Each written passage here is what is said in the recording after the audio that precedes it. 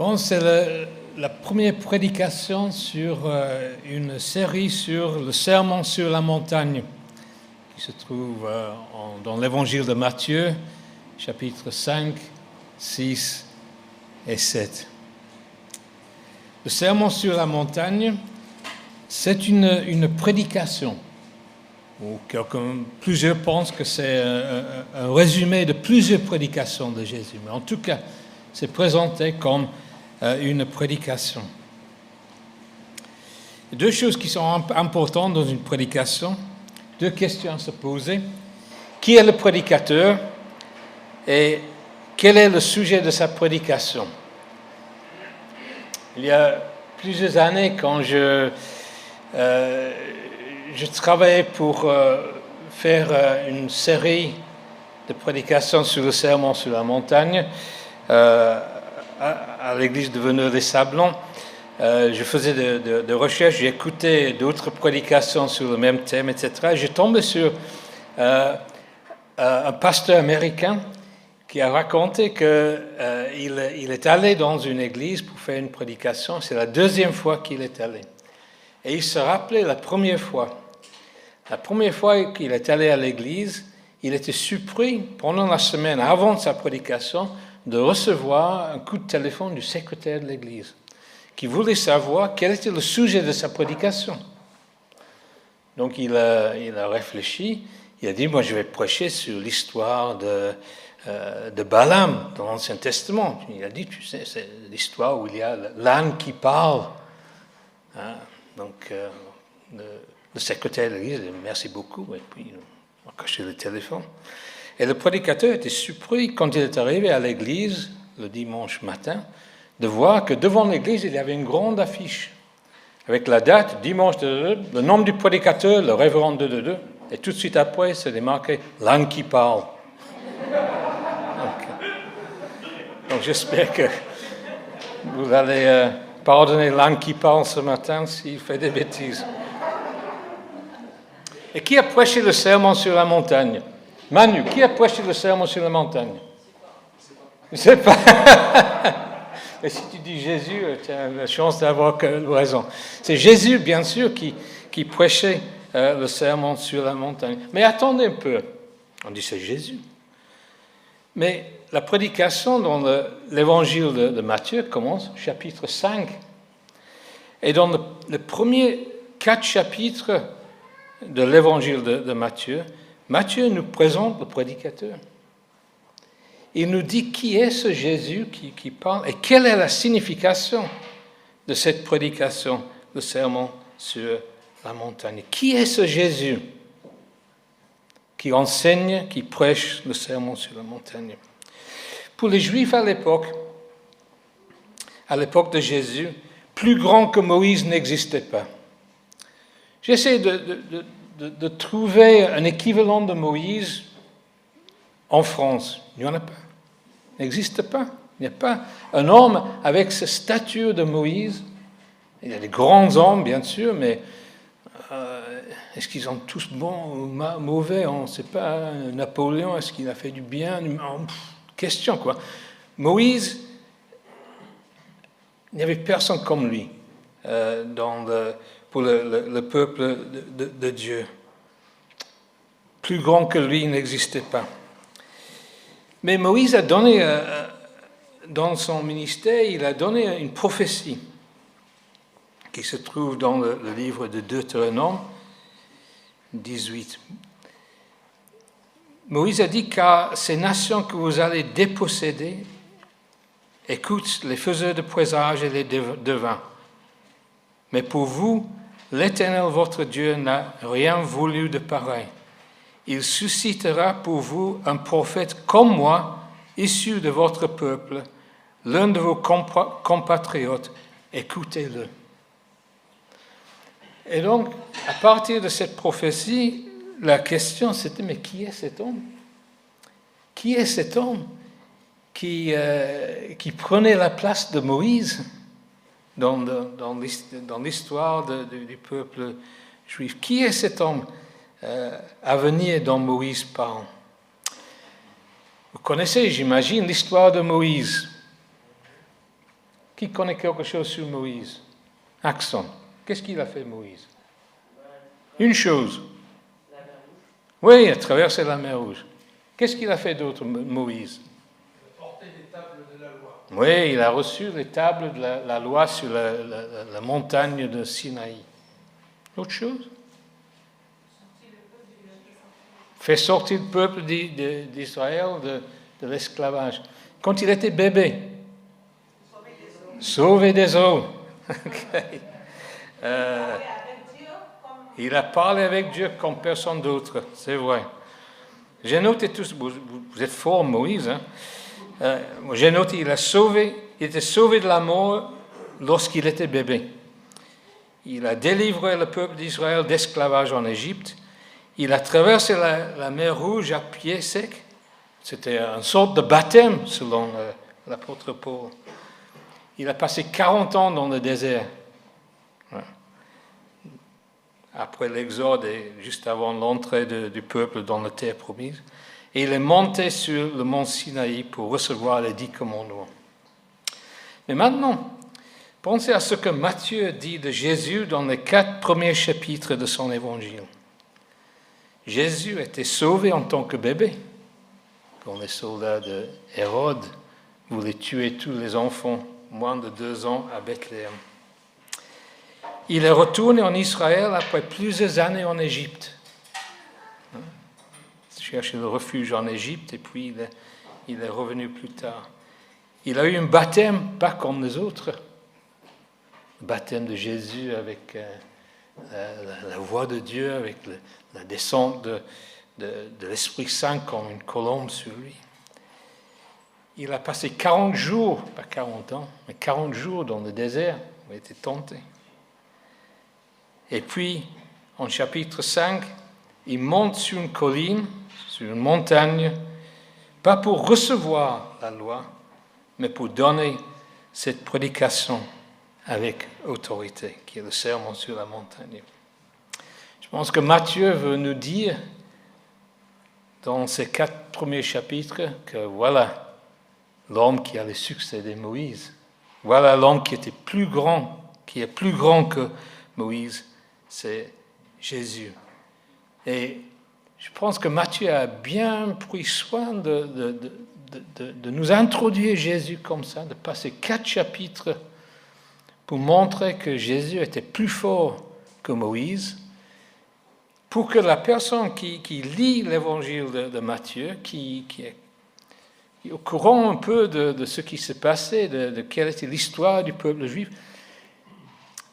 savait que quand Jésus est monté sur la colline, monté sur la montagne pour donner le sermon sur la montagne, ça sera quelque chose de vraiment important. Équivalent dans le sens que quand Moïse est monté pour recevoir les 10 commandements, que le sermon sur la montagne a autant d'importance, plus d'importance que même les 10 commandements. On sait, en lisant les évangiles, les évangélistes nous disent que Jésus prêchait avec autorité. On sait ce qui s'est passé après, que Jésus est le roi des rois. Toute autorité est entre ses mains. Et quand Jésus a commencé à prêcher en Galilée, son message était, il a appelé les gens à changer de vie. Il a dit changer de vie car le royaume de Dieu, le royaume des cieux est proche. Et ici, dans le sermon, Jésus nous donne les lois de ce royaume, le royaume de Dieu. Dans un autre sens, il nous donne la loi familiale pour les enfants de Dieu. Parce que appartenir à Dieu, suivre Jésus-Christ, c'est appartenir à son royaume, mais aussi à sa famille. Donc, le sermon sur la montagne nous donne les lois de ce royaume et nous donne aussi la loi familiale pour les enfants de Dieu. C'est une loi qui va beaucoup plus loin que les 10 commandements. Parce que le sermon sur la montagne parle pas seulement de ce qu'on fait ou ce qu'on ne fait pas, mais aussi parle de notre motivation. Qu'est-ce qui se passe à l'intérieur de nous? Et elles répondent à la question, comment vivre de manière sage une vie qui plaît à Dieu? Comment mener la bonne vie? Est-ce que vous avez cette question? Je pense que chaque chrétien a cette question dans sa tête. Chaque matin, quand on se lève et on a une journée devant nous, comment vivre de manière sage une vie qui plaît à Dieu?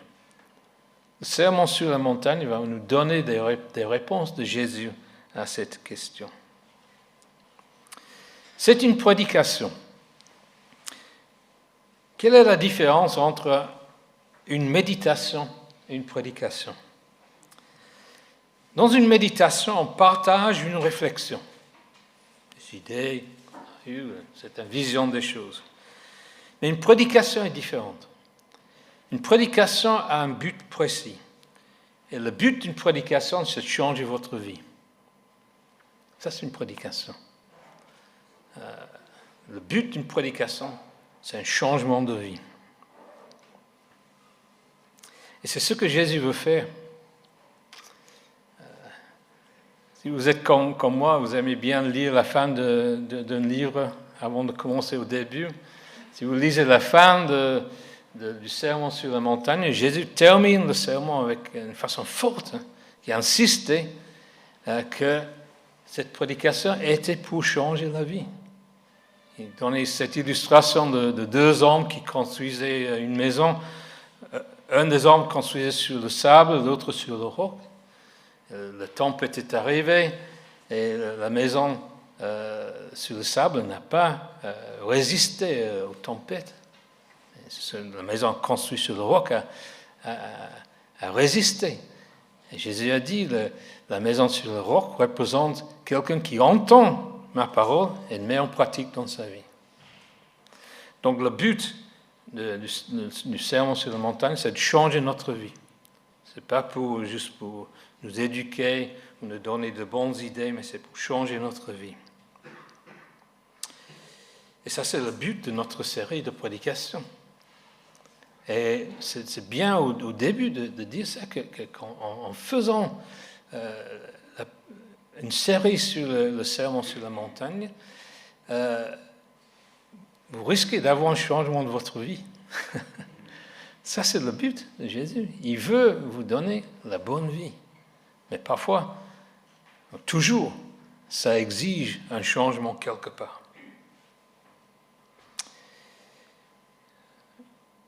Les exigences dans le sermon sur la montagne sont fortes, mais sont communiquées avec beaucoup de grâce.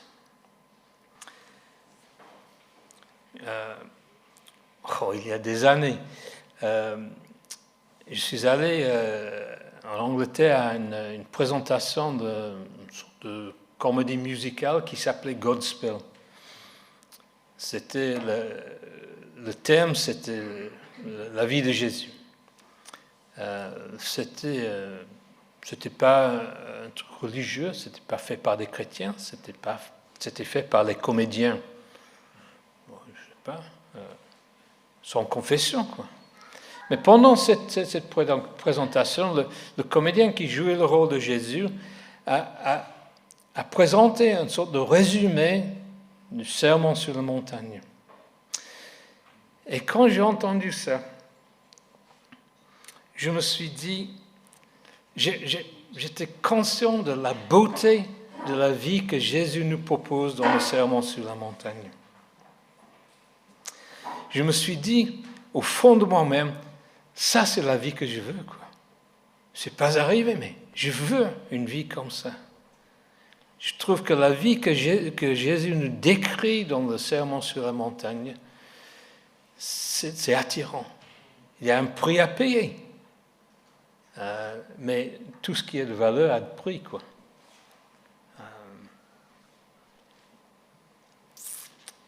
C'est une vie qui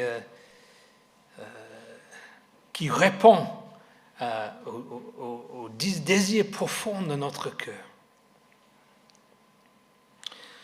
J'ai noté aussi que la prédication de Jésus, ce n'était pas fait pour nous condamner. Loin de ça. Jésus n'est pas venu pour nous condamner, mais pour nous appeler. Pour nous appeler à le suivre. C'est comme s'il disait, si vous me suivez, voilà ce que vous vous ressemblez en me suivant. Voilà les changements qui vont se passer dans votre vie. Le sermon sur la montagne traite les sujets suivants. Comment vivre un monde en décalage avec ce que Dieu veut? Quel est le rôle de la Bible dans la vie d'un chrétien? Quelle sera notre attitude envers ceux qui nous entourent? Comment prier? Comment gérer nos finances? Donc des choses tout à fait pratiques. C'est une prédication, comme les prédications de Joel Short, qui est courte et qui fera surgir en nous beaucoup de questions, qui parfois nous secourra. Et ça, c'est le rôle des prédications dans cette série, mais c'est aussi le rôle des groupes de maison. Parce que c'est là où on a l'occasion de réfléchir ensemble, comment est-ce qu'on va mettre ça en pratique? Quels sont les changements qui sont exigés par cette prédication de sermon sur la montagne? Et je vous encourage vivement, quand il y a des études pendant cette série, de fréquenter les études bibliques, pour avoir la possibilité ensemble de réfléchir, de partager nos expériences, etc., de réfléchir sur l'effet que cette prédication de Jésus peut avoir dans notre vie. Voilà, ça c'est l'introduction. Et un petit prévu de ce qui va se passer dans les semaines à venir. Maintenant, nous allons lire le texte. C'est en Matthieu 5, et nous n'allons pas lire tout le sermon sur la montagne. C'est un bon exercice, mais on ne va pas le faire. Ce qu'on va faire, c'est lire les 12 premiers versets qui s'appellent les béatitudes. Voilà, Matthieu 5, 12 premiers versets qui je lis dans la Bible du Semeur. Le sermon sur la montagne. Jésus, voyant ces foules, monta sur une colline. Il s'assit, ses disciples se rassemblèrent autour de lui et il se mit à les enseigner. Il leur dit, « Heureux ceux qui se reconnaissent spirituellement pauvres, car le royaume des cieux leur appartient. Heureux ceux qui pleurent, car Dieu le consolera. Heureux ceux qui sont humbles, car Dieu leur donnera la terre en héritage. Heureux ceux qui ont faim et soif de justice, car ils seront rassasiés. Heureux ceux qui témoignent de la bonté, car Dieu sera bon pour eux. Heureux ceux dont le cœur est heureux ceux dont le cœur est pur, car ils verront Dieu. Heureux ceux qui répandent autour d'eux la paix, car Dieu les reconnaîtra pour ses fils. Heureux ceux qui sont opprimés pour la justice, car le royaume des cieux leur appartient. Heureux serez-vous quand les hommes vous insulteront et vous persécuteront lorsqu'ils répandront toutes sortes de calomnies sur votre compte à cause de moi. Oui, réjouissez-vous alors et soyez heureux, car une magnifique récompense vous attend dans les cieux. Car vous serez ainsi comme les prophètes d'autrefois. Eux aussi, ils ont été persécutés avant vous de la même manière. Amen.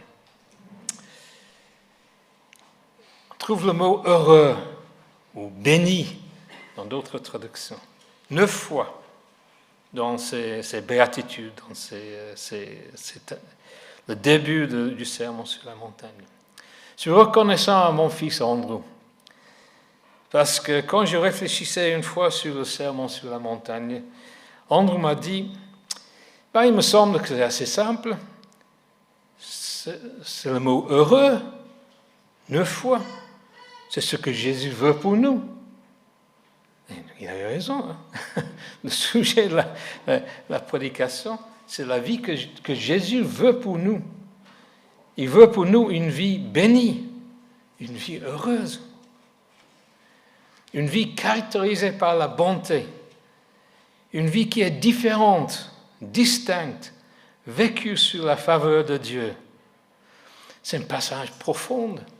Cette semaine, j'ai commencé à préparer une étude biblique sur ce passage et j'arrivais juste à faire une étude sur le premier béatitude. Heureux ceux qui reconnaissent spirituellement pauvres, car le royaume des cieux leur appartient.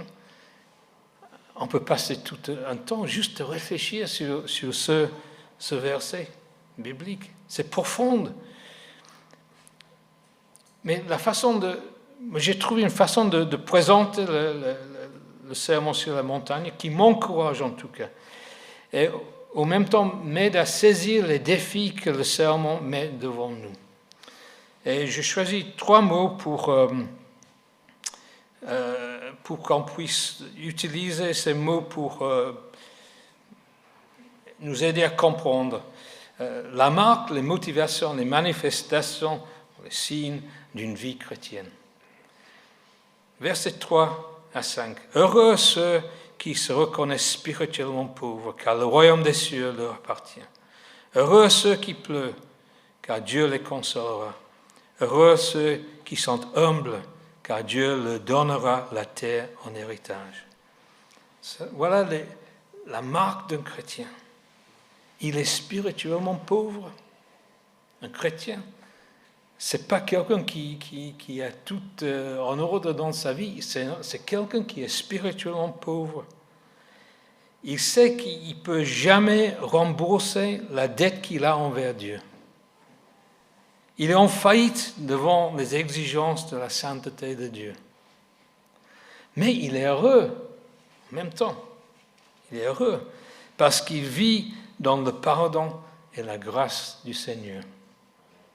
Heureux ceux qui se reconnaissent spirituellement pauvres, car le royaume des cieux leur appartient.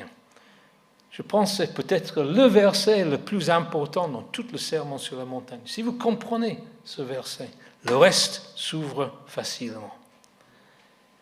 Spirituellement pauvres, bénéficiaires de la générosité de Dieu. Notre tendance, c'est de négocier avec Dieu. Je pense on a des amis qui ont des enfants à peu près le même âge que nous. Et quand le fils était au lycée, c'était un drame quand il rentrait à la maison avec le bulletin. Parce que c'était pas très haut, quoi. 2 en maths. 2 sur 20 en maths. Mais il essayait toujours de négocier avec son père. Oui, mais papa, j'ai eu 8 en français. Et j'étais pas le pire dans la classe non plus. Et nous, parfois, on est un peu comme ça avec Dieu, n'est-ce pas? On essaie de négocier avec Dieu. Oui, mais j'ai pas tué quelqu'un. Mais ce péché-là, c'est pas si grand que les autres, quoi. Mais Hitler était pire que moi. On essaie de négocier avec Dieu. Mais le paradoxe, c'est la bénédiction vient quand on se rend compte qu'on est en faillite totale devant Dieu et on ne peut pas négocier avec lui. Et les comparaisons avec d'autres ne servent à rien. Quand on est dans cette situation-là, ça c'est la porte qui s'ouvre sur la bénédiction. Quand on est totalement en faillite devant Dieu. Même quand on est dans cette situation-là, on se rend compte que même nos meilleurs actes sont marqués par l'égoïsme. Même les choses que le meilleur qu'on fait dans notre vie, il y a toujours une partie de nous en bénéficiant en partie de nous. On n'est pas comme Jésus dans ce sens-là. Nous rendre compte que nous sommes spirituellement pauvres, c'est toujours notre point de départ avec Dieu. Moi, j'ai un mentor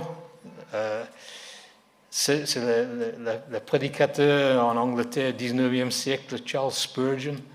J'ai bénéficié beaucoup de ce qu'il a écrit. Je bénéficie toujours de ses écrits. Et il a dit qu'il y a toutes sortes de systèmes un peu pour mesurer notre croissance spirituelle, etc. Mais il a dit, moi, je commence chaque matin avec cette pensée. Je suis le pire des pécheurs, mais Christ est mort pour moi. Il dit que quand je dis ça, ça ouvre toute une panoplie des bénédictions pour moi dans ma vie. Ça ouvre la porte à la bénédiction de Dieu. Je suis le pire des pécheurs, mais Christ est mort pour moi. Qu'est-ce qui vous manque en ce moment dans votre vie spirituelle, dans votre relation avec Dieu? Qu'est-ce qui vous manque? Est-ce que vous êtes face à une situation difficile? Est-ce que vous avez besoin de la sagesse? Est-ce que vous avez besoin de la patience? Est-ce que vous avez besoin de l'amour? Et vous vous rendez compte qu'en vous-même, vous n'avez pas ni la sagesse, ni la patience, ni l'amour. C'est un bon point de départ. Heureux ceux qui se reconnaissent spirituellement pauvres, car le royaume de Dieu leur appartient. C'est comme la clé qui ouvre la porte à la richesse de Dieu, si vous êtes spirituellement pauvre. Deuxième partie, la motivation d'un chrétien, versets 6 et 7. Heureux ceux qui ont faim et soif de justice, car ils seront rassasiés. Heureux ceux qui témoignent de la bonté, car Dieu sera bon pour eux. Faim et soif de la justice. Faim et soif d'avoir une vie droite devant Dieu. Faim et soif de Dieu lui-même. Faim et soif d'aimer Dieu et d'aimer notre prochain. Vous savez ce que c'est d'avoir faim et soif, quoi. Je ne sais pas si vous avez essayé de jeûner. Moi, j'ai lu les livres sur le jeûne et la prière qui dit que quand on jeûne, on pense à Dieu. Moi, quand j'essaie de jeûner, moi, je pense qu'à la nourriture, quoi. Et oui, c'est pareil pour vous, hein, je sais. Hein. Nous avons des petits-enfants, et c'est les petits-enfants, le nôtre, l'aîné, il a 8 ans, plus jeune, 2 ans, 3 ans. Mais quand ils sont avec nous, le repas du soir, je n'aime pas ça. Oh non, je n'aime pas ça. Mais on a trouvé la solution. On ne donne pas de goûter. Hein? Et quand ils ont faim, ils mangent tout. Et c'est pareil. Quand on a faim et soif, on est motivé par ce dont on a besoin, quoi. Si on a faim, on cherche quelque chose à manger. Si on a soif, on cherche quelque chose à boire. Pense à rien d'autre. Et le psaume 63, c'est David qui a écrit ça, qui nous donne un exemple de ce que c'est d'avoir faim et soif de Dieu. David écrit ce psaume de David lorsqu'il était dans le désert de Juda. « Ô Dieu, tu es mon Dieu, c'est toi que je recherche. Mon âme a soif de toi. Mon corps même ne cesse de languir après toi, comme une terre aride, desséchée et sans eau. » Voilà quelqu'un qui a faim, soif de connaître Dieu et d'expérimenter Dieu dans sa vie. La semaine dernière, je n'étais pas au week-end d'église, mais j'utilise le temps bien. Je suis allé à l'église de Don-Marie d'Antilly, qui est une église, une implantation d'église de Veneux-les-Sablons. Donc je faisais partie du conseil de l'église à Veneux quand on avait le projet de commencer une église à Don-Marie. L'église existe maintenant depuis à peu près 5 ans. Mais il y avait un moment où le futur de cette implantation était en doute, tout au début, parce que on avait 3 projets à venir. Il y avait le projet d'implantation d'église, on avait besoin d'un bâtiment plus grand et on avait besoin de nouveaux pasteurs. Parce que le pasteur qui était là avait un certain âge et il est plus vieux maintenant. Donc, on avait ces 3 grands projets. Et on a eu un conseil d'abandonner. 3 projets, c'était trop, d'abandonner un projet. Et donc, on a dit, on va abandonner le projet de l'implantation à Dom-Marie. Mais Philippe Mayeux, qui était dans le conseil des anciens, qui habitait à Dom-Marie, qui était derrière ce projet de l'implantation, il ne voulait pas qu'on abandonne le projet. Il avait faim et soif de voir Dieu à l'œuvre dans sa communauté de Dom-Marie d'Antilles. Et il était presque violent avec nous pour ne pas abandonner ce projet. Et heureusement il l'a fait. Parce que Dieu a vu le désir de son cœur. Que dit ce verset? Heureux ceux qui ont faim et soif, car ils seront rassasiés. Et Philippe a vraiment été rassasié, parce que l'Église existe maintenant depuis 5 ans, et déjà, il y a quelqu'un pour remplacer Philippe, pour libérer Philippe d'aller aider d'autres églises à implanter d'autres églises. Donc, la croissance de l'Église était extraordinaire. Il avait faim et soif. Et vous et moi, nous avons faim et soif de quoi? Est-ce qu'on a faim et soif de voir Dieu à l'œuvre dans notre vie, Dieu à l'œuvre dans notre Église, Dieu à l'œuvre dans notre communauté, Dieu à l'œuvre dans notre pays, Dieu à l'œuvre dans notre monde? Est-ce qu'on a faim et soif pour lui? Parce que si on a faim et soif, on sera rassasié. Et si on n'a pas faim et soif, qu'est-ce qu'on va faire? On peut demander à Dieu de nous donner cette faim, nous donner soif pour lui, pour que nous puissions avancer dans notre relation avec lui. Et la troisième chose, brièvement, les manifestations, les signes d'une vie chrétienne. Verset 8, en suivant. Heureux ceux dont le cœur est pur, car ils verront Dieu. Heureux ceux qui répandent autour de la paix, car Dieu les reconnaîtra pour ses fils. Heureux ceux qui sont opprimés par la justice, car le royaume des cieux leur appartient. Pureté de cœur. Heureux ceux qui ont le cœur pur. Pureté de cœur, un cœur sans hypocrisie, marqué par la sincérité, l'authenticité, la réalité, une vie transparente où on ne joue un rôle ni devant Dieu, ni devant les hommes. Est-ce que ça, c'est la vie que vous voulez? Je pense au fond de nous-mêmes, on dit oui. C'est ça que je veux. Je veux une vie marquée par la pureté, sans hypocrisie, avec la sincérité, l'authenticité, la réalité. C'est ce que je veux. Heureux ceux qui communiquent la paix, qui répandent autour d'eux la paix. Manifestation de vie chrétienne, c'est que le chrétien a un paix à communiquer.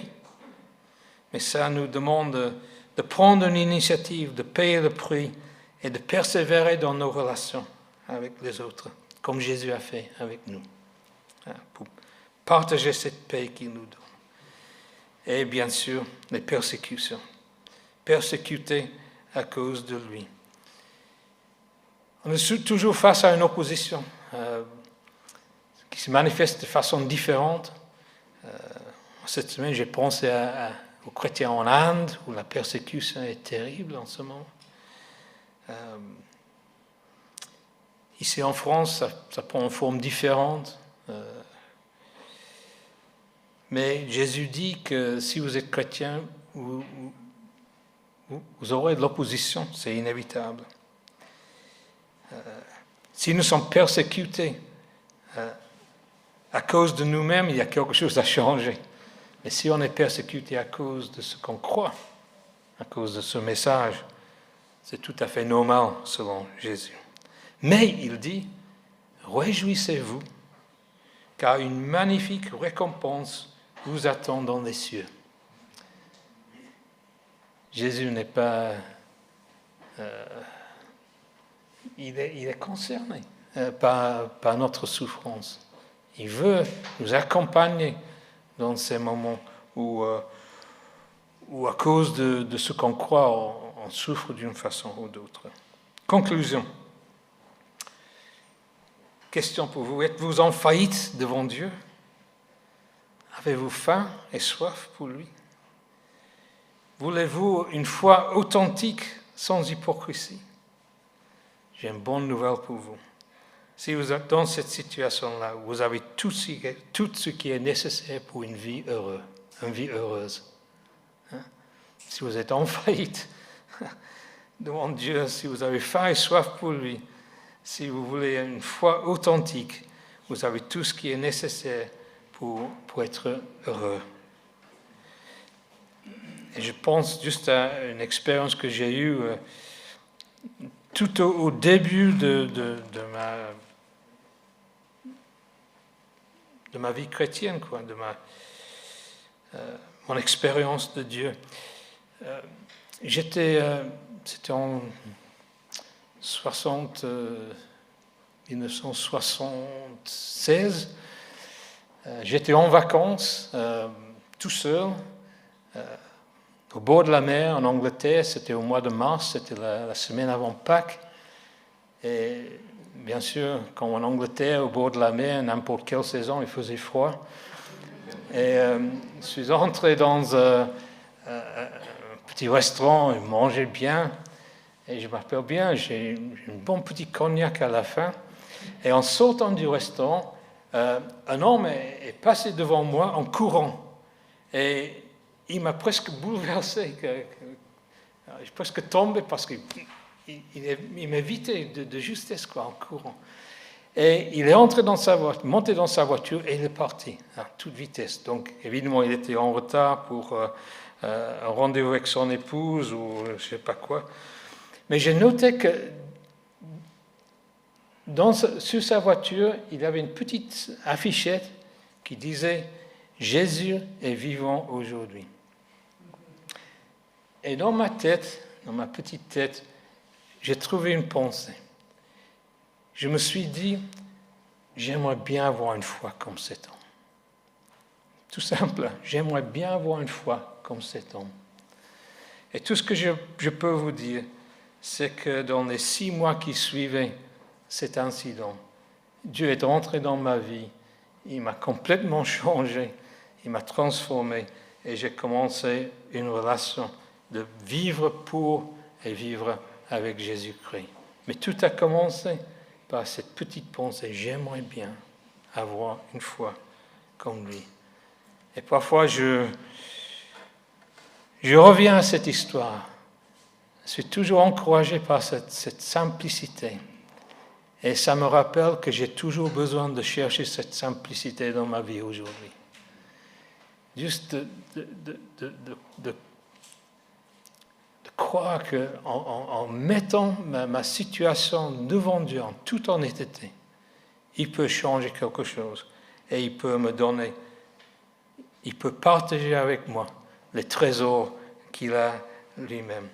Heureux ceux qui se reconnaissent spirituellement pauvres, car le royaume des cieux leur appartient. Amen.